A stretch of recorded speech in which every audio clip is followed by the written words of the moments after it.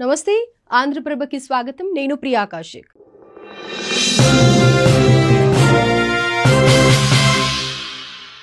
షిరిడి సాయిబాబా ఆయన ఆధ్యాత్మిక గురువు, సాధువు, ఫకీరుగా జీవితాన్ని గడిపినప్పటికీ భక్తుల సుఖదుఖాలను తీర్చే దైవంగా ఖ్యాతిగాంచారు. నేడు బాబా భౌతికంగా లేకపోయినప్పటికీ భక్తులు పిలిస్తే ఆయన సమాధి నుంచే పలుకుతారు. అందుకే ఆయన్ను పిలిస్తే పలికే దైవంగా భావిస్తూ ఉంటారు భక్తులు. భారత్లో ఉన్న పవిత్ర పుణ్యక్షేత్రాల్లో షిరిడి ఒకటి. ఇక్కడ కొలువైన సాయిబాబాను దర్శించుకుంటే తమ బాధలు తొలగిపోతాయని భక్తుల విశ్వాసం. అందుకే ఆయన దర్శనం కోసం ప్రతిరోజు లక్షలాది మంది భక్తులు షిరిడీకి చేరుకుంటారు. సబ్కా మాలిక్ ఏక్ అనే ఆ సాయినాథుని ఈ సందేశం విశ్వశాంతికి దోహదం చేస్తుంది. ప్రపంచంలో కుల మతాలు వేరైనప్పటికీ ఆ దేవుడు మాత్రం ఒక్కడే. శ్రద్ధ, సబూరి అనే రెండు మాటలే ఆయుధాలుగా మానవాళిలో ఆధ్యాత్మిక భావాలను సృష్టించిన షిరిడి సాయినాథుని దివ్య సందేశం ఇప్పుడు ఈ కథనంలో తెలుసుకుందాం.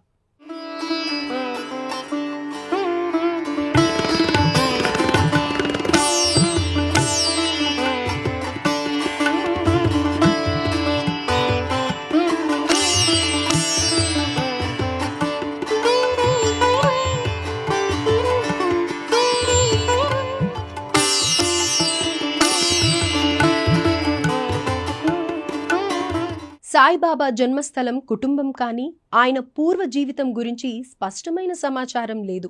ఆయన సుమారు 19వ శతాబ్దంలో సుమారు 1838 లేదా ఆ కాలంలోనే జన్మించాడని భావిస్తారు. ఆయన చిన్నతనం ఎక్కడ గడిచిందన్నది ఎవరికీ తెలియదు. అబ్బాయిలాగా ఉండే బాబు ప్రారంభ జీవితం చాలా సాధారణంగానే గడిచినట్లు తెలుస్తోంది. కానీ సాయిబాబా షిరిడి గ్రామానికి వచ్చి అక్కడ స్థిరపడటం ద్వారా ఆయన జీవితం అందరికీ తెలిసింది. ఇక షిరిడీలో సాయిబాబా ఆధ్యాత్మిక గురువుగా ఎదిగారు. సాయిబాబా కుల మతాలకు మధ్య సరిహద్దులు లేకుండా ప్రతి ఒక్కరిని సమానంగా ప్రేమించి ఆదరించారు. హిందూ, ముస్లిం అన్న ధర్మాలకు ఆయన సమాన గౌరవం ఇచ్చారు. ఆయన ఎప్పుడూ బోధించే రెండు మాటలు శ్రద్ధ అంటే నమ్మకం, ఇక సబూరి అంటే ఓర్పు. ఈ రెండు మాటలు బాబా భక్తులకు జీవిత మార్గదర్శక సూత్రాలుగా మారాయి. బాబా ఎప్పుడూ భక్తుల కష్టాలను తాను తీసుకుని వారికి ఉపశమనం ఇవ్వడం కోసం ప్రయత్నించేవారు. అంతేకాదు ఆయన ఎంతో శక్తివంతమైన అద్భుతాలు చేసేవారని, రాత్రి సమయంలో కళ్లకు కనిపించే మాయలు భక్తులను రక్షించడం, అవమానాలను మన్నించడం వంటి అనేక కథలు ప్రాచుర్యంలో ఇప్పటికీ ఉన్నాయి.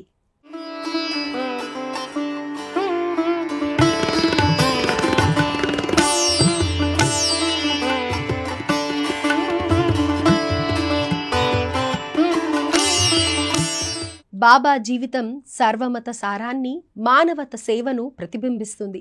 ఆయన ఎప్పుడూ తన భక్తులకు నమ్మకం, ఓర్పు, ప్రేమతో ముందడుగు వేయమని చెప్పేవారు. 1918లో ఆయన షిరిడీలోనే సమాధి అయ్యారు. కానీ ఆయన ఆత్మ ఇంకా భక్తుల హృదయాల్లో జీవించినట్టుగా నమ్మకం ఉంది. సాయిబాబా బోధనలు, దైవిక కృప, ప్రేమ ఎప్పటికీ నిరంతరంగా ఉండనున్నాయి. షిరిడి సాయిబాబా దైవిక శక్తులు అనేక ఆశ్చర్యాలను కలిగిస్తాయి. ఆయనకు మాయాజాలం వంటి అద్భుత శక్తులు కూడా ఉండేవని చెబుతారు. వస్తువులను కనబడకుండా చేయడం, ఆకస్మికంగా కనిపించేలా చేయడం వంటి అనేక చమత్కారాలు చేయగలిగేవారట. భక్తుల బాధలు, రోగాలు, ఆర్థిక సమస్యలను ఆయన తన శక్తితో తొలగించి ఆశీర్వాదాల ద్వారా అనేక మందిని రక్షించారు. సాయిబాబా భవిష్యత్తు తెలుసుకునే మహా అర్హత కలిగి ఉండేవారు. భక్తులకు ప్రస్తుత పరిస్థితులను, మార్గదర్శక సలహాలను అందించేవారు. కష్ట సమయాల్లో ఆయన ప్రత్యక్ష దర్శనాలు కూడా ఇచ్చినట్లు భక్తులు నమ్ముతారు. సాయిబాబా తన శక్తితో షిరిడీలో సద్భావనను నెలకొల్పి ప్రతిపక్షులకు శాంతిని బోధించారు. ఆయన షిరిడీలో సమాధి అయిన తరువాత కూడా ఆయన ఆత్మశక్తి భక్తుల హృదయాలలో జీవించి మార్గదర్శకంగా నిలుస్తుందని భక్తుల విశ్వాసం. ఈ దైవిక శక్తులే సాయిబాబాను సాధారణ వ్యక్తి కాకుండా మహానుభావుడిగా మార్చాయి. ఆయన ఉపదేశాలు, ఆశీర్వాదాలపై నమ్మకాన్ని కలిగి ఉండటం వలన భక్తులకు ఆత్మబలం, ధైర్యం వస్తుంది అని చెప్పవచ్చు.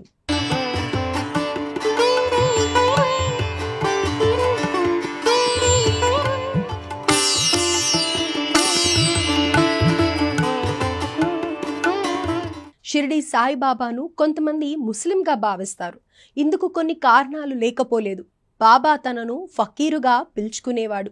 ఇది ఇస్లామిక్ సాంప్రదాయంలో త్యాగశీలి రూపం. అలాగే ఆయన తరచూ అల్లా మాలిక్ అనే పదాన్ని ఉపయోగించేవారు. ముస్లిం భక్తులతో సమాన ప్రేమతో మాట్లాడేవారు. అంతేకాదు, షిరిడీలో ఉన్న ఓ పాత మసీదులోనే ఆయన నివసించేవారు. దీంతో కొందరు భక్తులు ఆయనను ముస్లింగా భావించేవారు. అయితే అదే సమయంలో బాబా హిందూ సాంప్రదాయాలపై కూడా అత్యంత గౌరవాన్ని చూపించేవారు. ఆయన తులసి, దీపారాధన, విభూతిని ఉపయోగించడంతో పాటు రాముడు, శివుడు వంటి దేవుళ్లను ప్రస్తావించేవారు. అలాగే గీతను బోధించేవారు. భక్తులకు సద్గుణాల మార్గాన్ని చూపించేవారు. సాయిబాబా మత భేదాలకు అతీతుడైన ధ్యాన స్వరూపుడు. ఆయన సబ్కా మాలిక్ ఏక్ అంటే అందరికీ దేవుడు ఒక్కడే అనే తత్వాన్ని బోధించారు. అందుకే ఆయనను ముస్లింగా కానీ హిందూగా కానీ చూడకూడదు. ఆయన నిజమైన మానవతా రూపం, ఆధ్యాత్మిక గురువు. హిందువులతో పాటు ముస్లింలు కూడా షిరిడి సాయిబాబాను శ్రద్ధ భక్తితో పూజ చేస్తారు. సాయిబాబా జీవితమంతా మతాలకు అతీతంగా ఉండేది. ఆయన భక్తులందరినీ సమానంగా ప్రేమిస్తూ అల్లా మాలిక్ అను తరచూ చెప్పేవారు. మసీదులో ఉన్నప్పటికీ దాన్ని ద్వారకామాయిగా మార్చి అందరినీ సమానంగా చూసేవారు. ఈ క్రమంలోనే ముస్లింలు సాయిబాబాను పుణ్యాత్మగా భావిస్తారు. అంతేకాదు, ఊర్సు పండగ సమయంలో ఆయన సమాధిని కూడా దర్శిస్తారు. కొన్ని ముస్లిం కుటుంబాలు సాయిబాబా ఫోటోను ఇంట్లో పెట్టి పూజిస్తారు కూడా. ఇలా ఆ బాబా హిందూ ముస్లిం మధ్య సత్సంబంధానికి, అభిమానానికి, మానవతా విలువలకు ప్రతీకగా నిలిచారు. షిరిడి సాయిబాబాకు పెళ్లి కాలేదు. ఎందుకంటే ఆయన జీవితం పూర్తిగా ఆధ్యాత్మికతకు అంకితమైంది. చిన్ననాటి నుంచే సాయిబాబా కుటుంబ బంధాలకు దూరంగా ఉండి మానవ సేవ, ధ్యానం, తపస్సు వంటి మార్గాన్ని అనుసరించారు. ఆయన భౌతిక జీవితాన్ని, భోగాలను తిరస్కరించి ప్రపంచ విరక్తి జీవితాన్ని స్వీకరించారు. పెళ్లి చేసుకోవడం వల్ల వచ్చే బాధ్యతలు, సంబంధాలు ఆయన ధ్యాన మార్గానికి అడ్డుపడతాయని భావించినట్లు తెలుస్తోంది.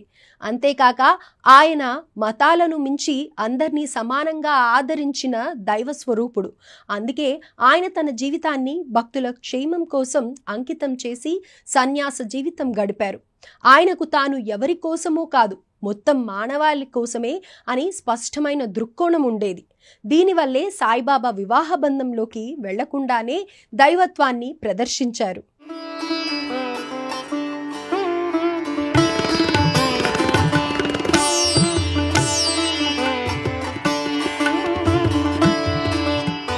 షిరిడి సాయిబాబా 1918 అక్టోబర్ 15వ తేదీన విజయదశమి నాడు పరమపదించారు. ఆయన మరణానికి అంటే సమాధి కావడానికి కారణం శరీర క్షయమని భావిస్తారు. చివరి రోజులలో ఆయన ఆరోగ్యం తగ్గుతూ శరీర దౌర్బల్యంతో బాధపడ్డారు. అయినప్పటికీ ఆయన భక్తులను ఆశీర్వదించేవారు. స్వయంగా భిక్షాటన చేస్తూ భక్తులకు ఉపదేశాలిచ్చే పనిని చివరి వరకు కొనసాగించారు. శరీరంగా బలహీనమైన ఆయన ఆత్మబలంతో ఉండేవారు. ఆయన జీవితాంతం త్యాగం, నిరంతర సేవగా గడిపారు. చివరి క్షణంలో కూడా ఆయన సబూరి అంటే ఓర్పు అనే బోధనను గుర్తు చేశారు. షిరిడి సాయిబాబా సమాధిని ఇప్పుడు భక్తులు పవిత్ర క్షేత్రంగా భావించి దర్శించుకుంటూ ఉంటారు. ఆయన మరణం శరీరానికి మాత్రమే పరిమితమైందని, ఆత్మ శాశ్వతంగా భక్తుల మధ్య ఉందని నమ్మకం.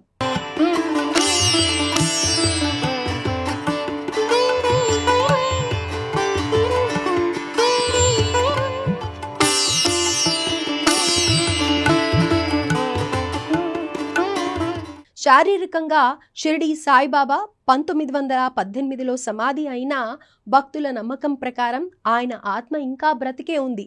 అనేక మంది భక్తులు ఈ నమ్మకాన్ని గాఢంగా పాటిస్తూ బాబా ఇంకా తమతోనే ఉన్నాడని విశ్వసిస్తున్నారు. సాయిబాబా చెప్పిన మీకు నేను ఎప్పుడూ కనిపించకపోయినా మీరు పిలిస్తే నేను వెంటనే వస్తాను అనే మాట భక్తుల హృదయాల్లో చిరస్థాయిగా నిలిచిపోయింది.